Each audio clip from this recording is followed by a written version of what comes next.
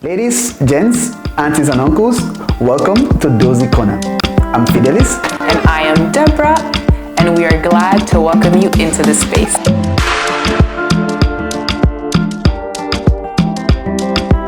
Hello, good afternoon, good morning, good evening, wherever you're from around the globe. My name is Deborah. I will be your host for today, and I'm here with my lovely co-host, Fidelis. And welcome to Dohzy Corner. So, today, what do we have on the agenda, Fidelis?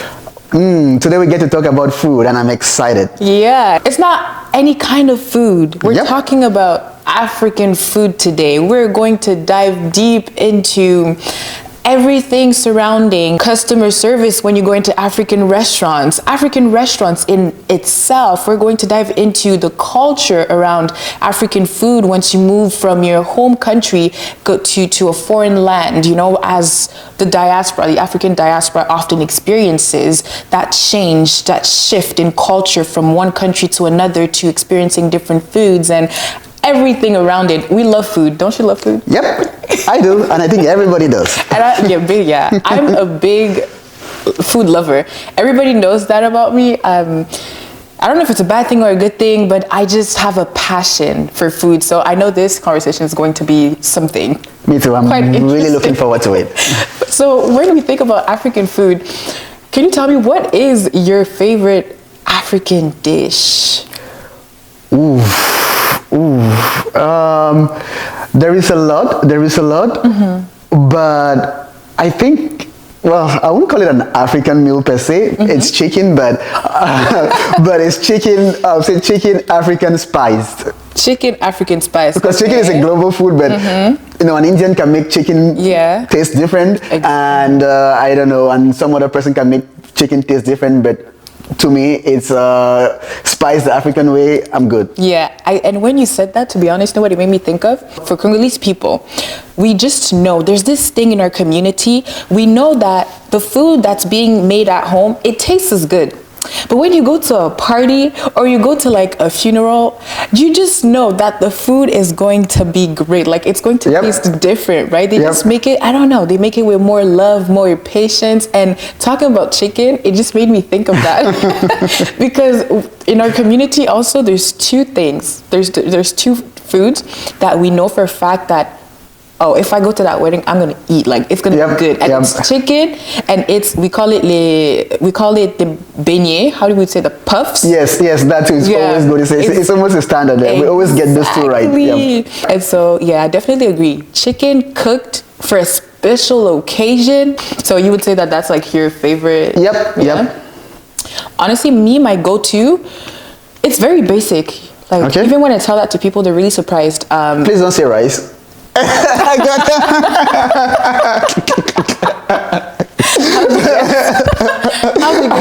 I was sensing it. Because I said people were surprised.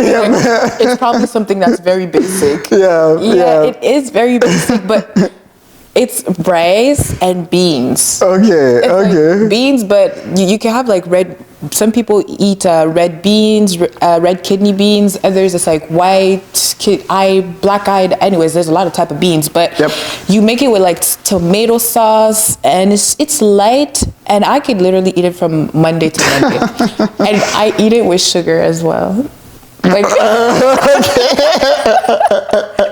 okay. In the Congolese community as well, that's like a big debate. Rice and sugar, or we miss African people eating like meals with sugar. Anyways, it's debatable. To be honest, it's debatable, and I think it just depends on your taste palette. Yep. Yeah, like if you like it, you like it. If you don't, maybe something's wrong with you. But we're not going to say that. We're just going to say that something's wrong with your taste palette.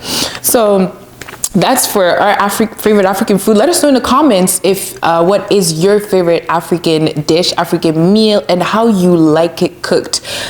Let us know with the spices too. We need the details. When we speak about African food, do you know a lot of different African foods, like outside of your own country, and how do you think you've gotten to know these dishes? I think I've and most people might relate to this. I've gone through like the different phases where like, okay, you feel like, okay, your food is just your food, and then when you start getting a little bit exposed, and like we've mentioned this before, like Montreal is like a very multicultural city. So with time, I've started knowing other meals. So like, okay, I know like maybe the traditional Cameroonian meals, but then after with time and interaction, okay, I'm beginning to know, okay, les Congolais avec les Pondu, or Congo people and Pondu. Like it's a Love big story. thing. And then there is Jollof, but I don't think Jollof is associated to a particular country, and there's a huge debate on that. We can definitely get into that. There is so I would say there's Jollof for different versions and different countries. Just not to get into the debate right now. And there's this food for c'est pas haïtien, like, but there's two Asian meals. Ricolé? Yeah, they have a very popular. That's very popular too. So in Montreal, it's very popular. Me personally, it's always been surprising when I'm like, okay, like whenever you taste something from a different, say, culture or different country, in this case would be, I think it's the same culture, different country. You'd be like, oh, it's not too different from this. So from this version of ours. So I feel like each country takes something and then they just add a little twist to it, but the baseline is very close to us. Exactly. Yeah, I completely agree, because basic example, rice. Yes, rice. Rice can be cooked in so many different ways. Like you say fried rice and you think, oh, Asia. You say jollof and you think, okay, maybe like Ghana, Senegal, you know. And what other type of rice? You say like coconut rice, you think of like, okay, the Caribbeans. Like it's just rice, but it's made differently. And I think that's like the beauty when it comes to food, the fact that you can have like one ingredient and make it your own, really, depending on like your culture, your taste buds, the spices, what you have in hand, really, and create something beautiful that everybody can share around and, you know, like appreciate together. As people say, food brings people together. I think that's a real thing.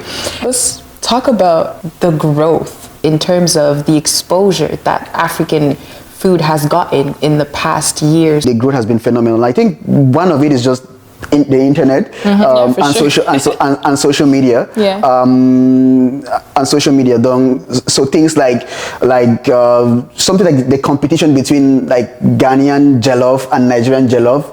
As much as it's competition, it's still pushing, right? Because people are going online and be like, okay, mine is better, yours is better, and then with that, people are like, but what is that? And then people like, you have more and more people being curious, like, oh, jollof, and then you get to explain. So I think social media has helped a lot in pushing the cuisine to be popular enough, I'll say, in the West. Yeah, no, I completely agree.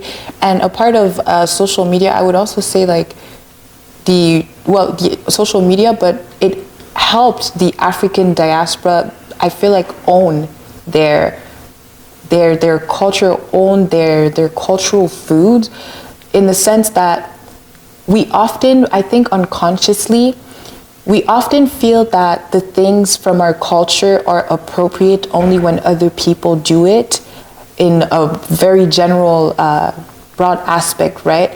And so I find that it's in that moment that, for example, we had the fufu challenge that went on social media, and then people were trying out fufu. They were eating with their hands and discovering the texture and all that. And it's from that, I think that moment really, it kind of unlocked some kind of pride in our food, in the sense that what we eat might be different, and the way we eat it as well might be different, but it's ours and it's a part of who we are. I think it helped us, like, I'll say, take a place in the food, in the general food ecosystem. Like, okay, so there's like us like going on those trends like the fufu challenge and all. Yes, it did help for us to like us accepting it first, and then if you are able to accept it, then you're able to like bring other people into it. But if you don't accept it, then you cannot bring other people into it. Exactly, yeah.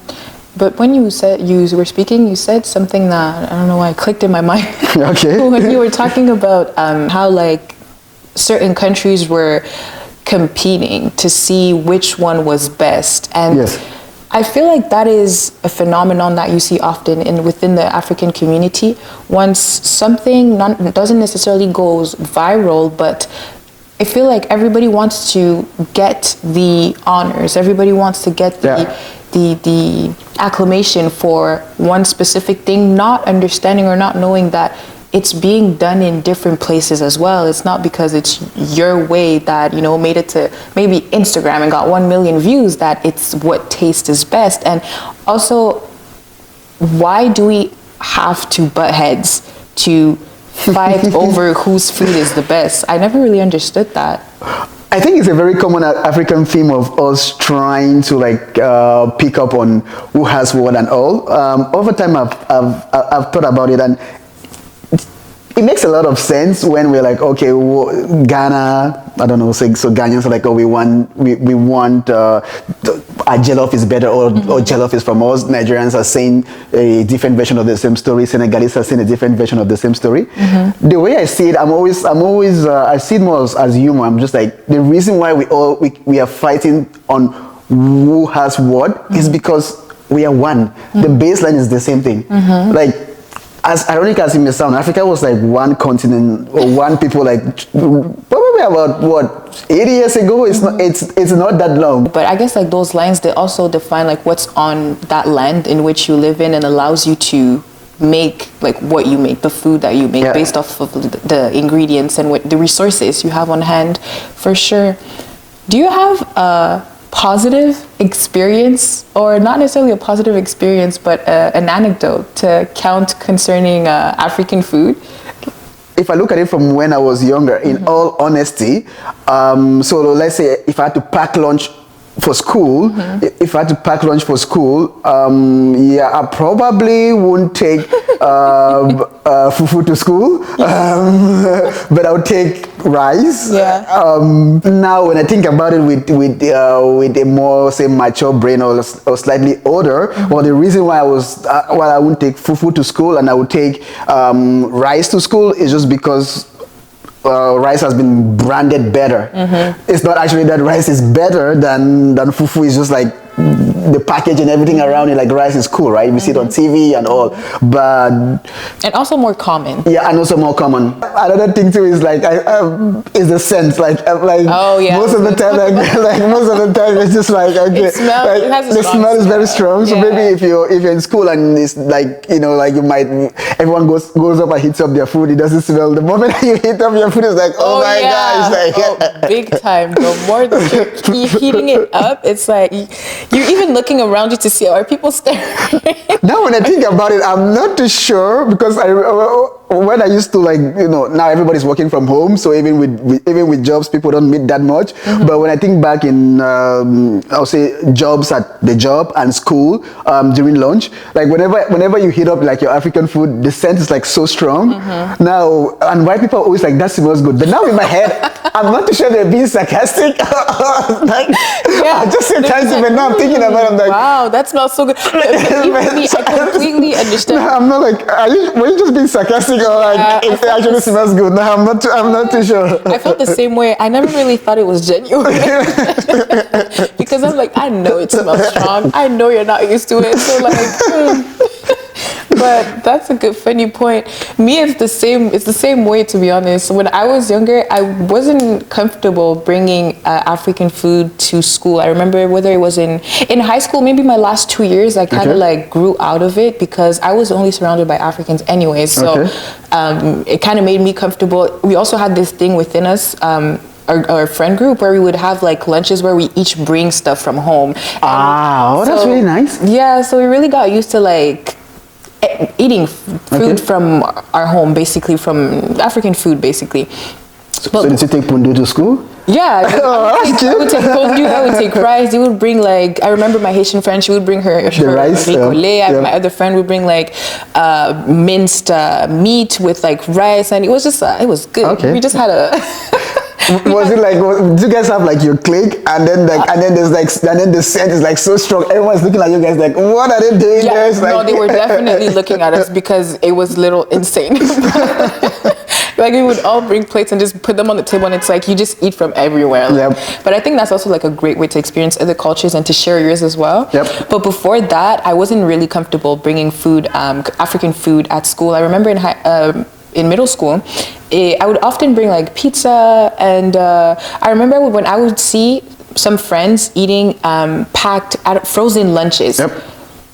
I would see them eating those things like craft dinner and stuff like that, and I would envy them. Yep. It just made me think. I felt like that was superior, that was better. Yep. I don't know why, what it was, but it's probably because what I was eating at home, I just felt like it's the same thing I'm bringing. Therefore, there's nothing special about it. Because I would look at these plates and I would be like, well, I'm sure you're not eating that at home. So it's like you get to have some kind of diversity in your lunches and stuff. And so it really made me envy that. So I really wanted I wanted to eat things in school that did not look like what I ate at home.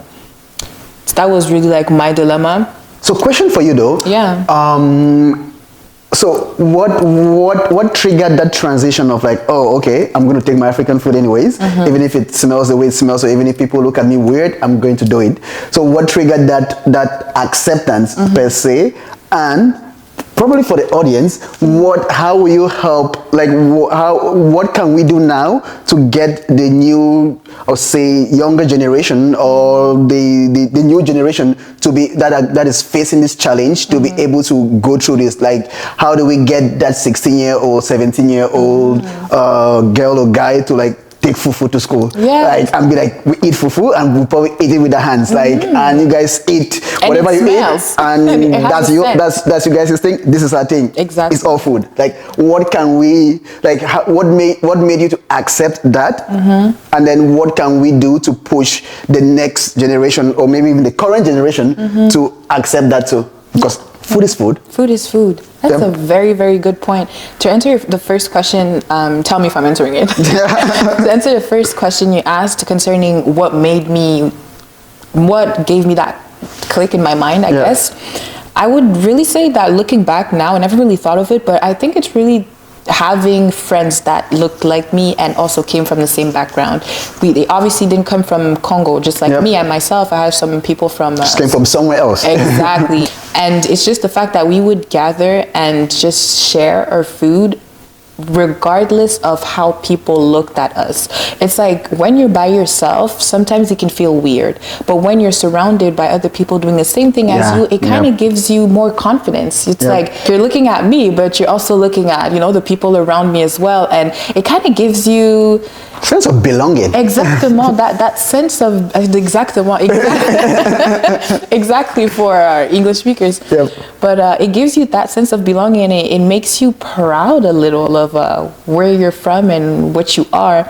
And after high school, when I was in college, it wasn't an issue for me anymore. I would literally bring fufu it's not even a joke. Like, when I knew I had like long days and that I knew that's what I had at home, I would pack my lunch, because at the end of the day, am I going to starve, or am I going to like put food in my stomach and proceed with my day? Like, that was my mentality. It just became my mentality. It's like, yes, I could be picky with what I want to eat, but then again, if I can't afford to be picky on that day, I'll just bring what's at home, and it is what it is. Because if you're not doing that, then you're spending money, and if you're spending money on food, then I'm pretty sure it's not necessarily always the best way, to be spending your money. And like we said, food is food. Exactly, food is food. So on my end, what I would give as an advice, I believe it would be to surround yourself, with people who look like you. As much as sometimes you can hear that you need to gather or to surround yourself with people who don't necessarily look like you or think like you to expand your horizons and all that stuff, which I agree with, but to a certain extent. I just feel like sometimes it's good to feel at home. It's good to feel comfortable. It's good to be surrounded by people who think, look, eat the same things as you as well. It kind of brings you comfort and some type of joy. So I think that would be the main thing for me. What about you? What would be your advice? So my advice on how do we push everyone to like be proud of to be proud of their food will be, I think a lot of it is in the communication. So for example, with parents, like this thing starts when we are young, right? So let's say you have a teenage, well, maybe teenagers make their own lunch, but slightly younger child, Yeah. and you have to pack your lunch, right? So maybe during the weekend you guys ate for some reason I keep going to fufu, but during the week you guys ate fufu, or you ate like your African, a traditional African meal, and then when it's time for school on Monday or so, you give them I don't know, some sandwich, right? So right away, you as a parent, I think you're really playing that role of like doing that separation. Like, okay, this is what we eat at home, which, as like we've said multiple times, food is food.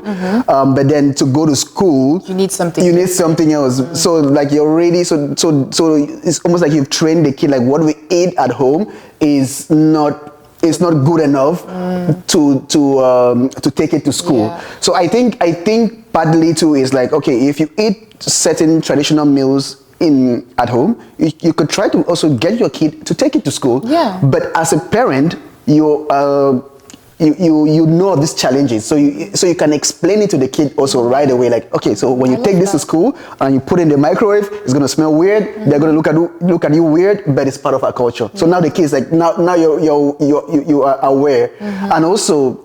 There's this thing that I usually call packaging or branding. Sometimes, you can put rice in a plate and everybody wants that rice, and you can put rice in a bowl and people are like, I don't want that rice. Oh yeah, 100%. So it's a presentation. So exactly. Yeah. So I think the way you could like package the food so could help, and also communicate that. So if the kids if the kid starts learning early enough, like, okay, this is how people are going to react to the food, then they are more equipped on dealing with it and also, accepting it. Exactly. I think that's wonderful. Really teaching your children at a very young age how important it is to accept their own food, but also for them to understand that it is different. Looks different, will taste different. Yeah, I love that advice. And also tastes good. And probably tell them that it tastes better. It tastes better. Emphasis on better. 20 times better. Don't let nobody tell you different.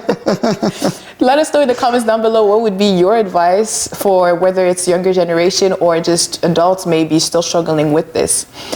When we speak about challenges, we spoke about acceptance, right? But there's also another challenge when it comes to African food and African restaurants more specifically.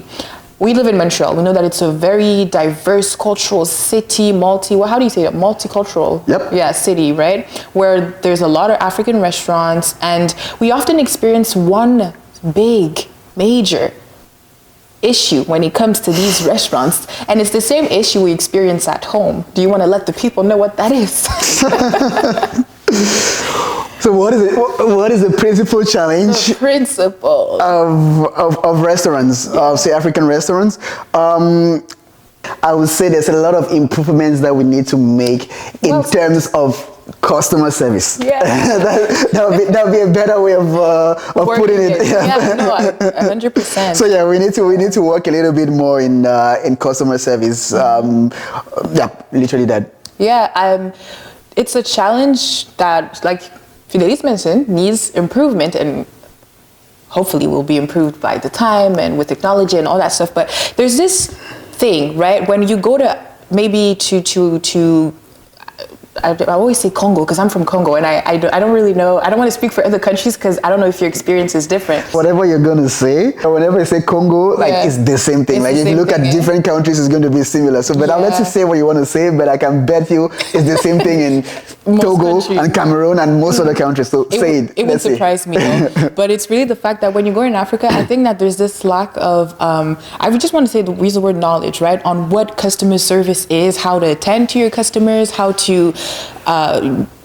Make them feel as customers. Like here in the West, we say this thing that customer is king, but in Congo, you're not king. In Congo, you're just a regular person coming in to get your food, because if you don't get your food, you're probably not gonna eat. So it's like, I'm giving you a favor by giving you food. I feel like that's how they think, but that's not how we should be. You're providing a service to people, and I feel like the main way to retain customers is through customer service. When you can tend to your customers, not by being angry or by being disrespectful, but simply by showing love and care and being welcoming as well. Because if you're not welcoming me into your space, I don't necessarily want to come back. That's a big thing for me. I can stop going to certain places because the customer service is bad, and I could keep going to certain places just because the customer service is good. Your food or whatever you're selling might not be the best, but because you're the sweetest person and you just know how to give me advice and you just do your job well, I'll go back, literally. Yeah, most people are like that. Yeah, it's happened to me a lot in Congo when I've been to like just shops, just basic shops where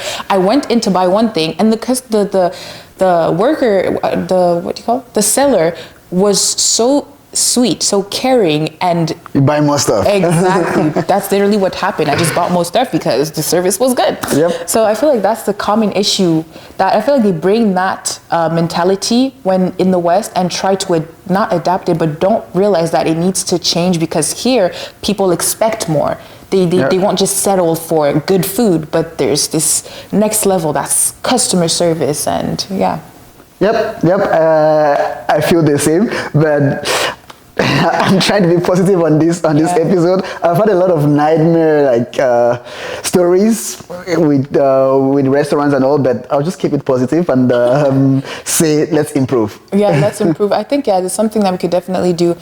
I don't know if you're watching this or you're an owner, if you might know someone who is an owner, but it is important to be aware that you're offering more than just food, or offering more than just jewelries or whatever it is that you're selling.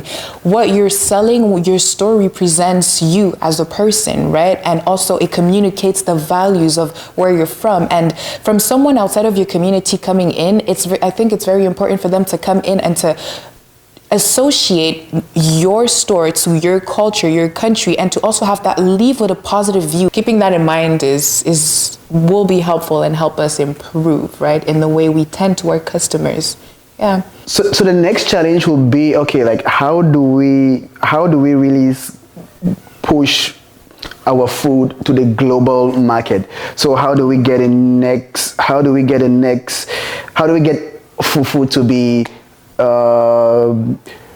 pizza? Yeah. Like how do we get to the point where everybody sits at home and instead of ordering pizza they order like Pondu or something? Yeah. How do we get there? I think that's a big challenge. And personally, I think if we can nail that problem, we are going to fix everything else. Because you previously mentioned that the customer service in some of these restaurants might not be the best.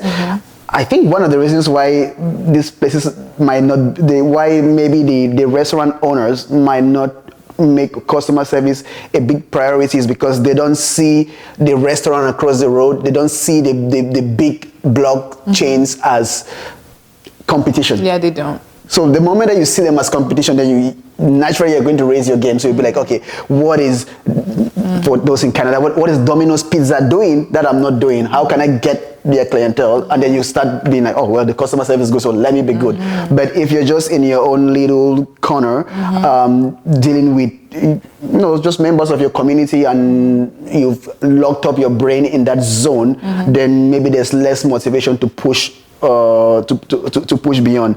So but back to the subject. So the first challenge of how do we push this to the next level, like how do we get to the global scale? What will be your suggestion? Like how do we get, I keep going back to fufu, but because I think that's a big one. Fufu is the star of the show. Because I actually think, the reason why I keep, just before you answer that, and we'll get back to that, the reason why I keep going to fufu is because it's connected to my theory of like, how do we go to the next scale? Because I think to really scale something, everybody has to agree on one thing. Agree on one thing in the sense of like, okay, if we say, okay, if all Africans be like, okay guys, let's push fufu because everybody understands and everybody knows what fufu is, then everybody can go behind that one thing, then it's easier to like scale it. Okay, I see what you mean. Back to you. So what will be like, okay, how do we really push this? How do we really get this to the global scale? I feel like if African people were more inclined to cooking more African meals, but not only like doing little reels of like me in my kitchen, like I'm just taking an example, right? Because you could do like a reel of yourself making that African dish, or you could have big production, like the big cameras in your kitchen and good camera, good quality, right? Good editing as well to promote that African dish that you're cooking that you would have made in a reel. I think it's really just about putting the same amount of effort or even more. I would say more, invest more into resources and equipment to promote what is not known yet or what is not necessarily appealing to people's eyes, and educate, right? I think doing that through social media would be a great key. I don't know who would do it. But I know that it takes a lot of energy and it has to be passion. But I think that if we saw that more on social media, we would normalize seeing African food more and want to experience it or taste it more often. Yeah. What about you? As you're talking, I'm thinking, and my proposition is very close to yours. Like you said, okay, so if people have to invest in more equipment and push food, and you talked about technology, I think it all goes down to like, maybe if we use a more corporate corporate approach. So you talked about technology, for example. So in the tech world, you have like VC firms, venture capitalists, that will be like, okay, if somebody has a very good idea, like we are going to put in 2 million, 5 million into that and push it. So that creates a whole domino effect, in the sense that, okay, people that go to build products or tech products are motivated because, well, there's a return that I can make, but also I can get an investment. So there's that. So then you get so much, say, value, or so much people going into tech, and so much people pushing for the product to go to go forward. For food, I think if we are able, I think it's two things. To be able to scale something, you need to calibrate it. That's why I keep going back to fufu, because it's like, so calibrated is, because calibrated means if I make this meal and the next person makes the same meal and the next person makes the same meal, it turns out to be about the same thing. Just, okay, so if I understand correctly, to have like certain meals, right, or foods that we agree to, yes, to promote, right? Yes. For it to represent Africa? Exactly. Okay. Exactly. So we can say, okay, let's take Jollof and let's invest 5 million, 10 million into everyone that comes up with some sort of a Jollof startup, and you just do Jollof, right? Right away, it's like, okay, so if you put all of that in, so then if someone is like, oh, if I do my Jollof well, I'm going to get funding for 2 million or something. Well, all of a sudden, like you said, they might invest more in better camera. They might invest more in better promotion, because now they're like, oh, this could be something that could go big. So I think it's just, I think going into the market with a corporate approach, like, okay, let's take this thing, put in enough capital into it, and get it to the next level, is going to create like a domino effect where more people come in, do a good job, and there's just more marketing, and it's going to help a lot in that branding aspect, because then if I want to promote my food, if I keep talking about Jollof all over the place, or fufu all over the place, all of a sudden it becomes cool. And what happens? Kids want to take it to school. Exactly. And then we've like fixed most of the problems along the way, and well, at the end of the day, everybody wins too. Yeah, that's very good. I think it's excellent if you're trying to start a business, thinking about, selling African food, take the advice. Definitely he's the business savvy minded.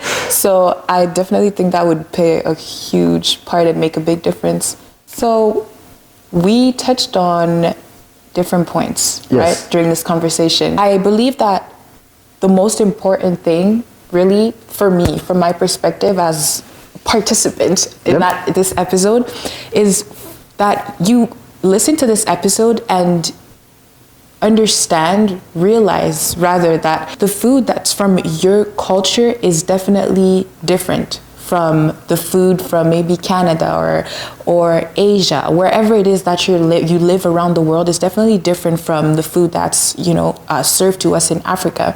But that doesn't make our food less better. It doesn't make our food less tasty. Less tasty. Thank you. I think what's important as well is to understand that it's okay to want to have a balance between the food that you eat at home and the food that you eat outside, because we're humans. We love to taste different things, and when you're exposed to so many different things, I think it's only normal to want to taste those things as well. But to not diminish, right, the food from your homeland simply because you find that maybe American or European food is easier to cook. Like, that could be your preference, but try, to dive into your roots and to, food that you grew up with from your home country. I think the first one is us accepting our own food, accepting the difference of that food, us being appreciative of that difference, and then us pushing out that food to communities beyond our community. Yeah. I think if we can do that, then it's going to fix a lot of the challenges that we've mentioned. Exactly. Here. Yeah, definitely. So to take this, to think of the challenges and to try to do better, us as individuals and on the bigger scale as well, if you're a company, right? Yep. So thank you all, ladies, gents, aunties, and uncles, for tuning into another episode of Dohzy Kona. We will be seeing you on the next episode. Bye. Until next time.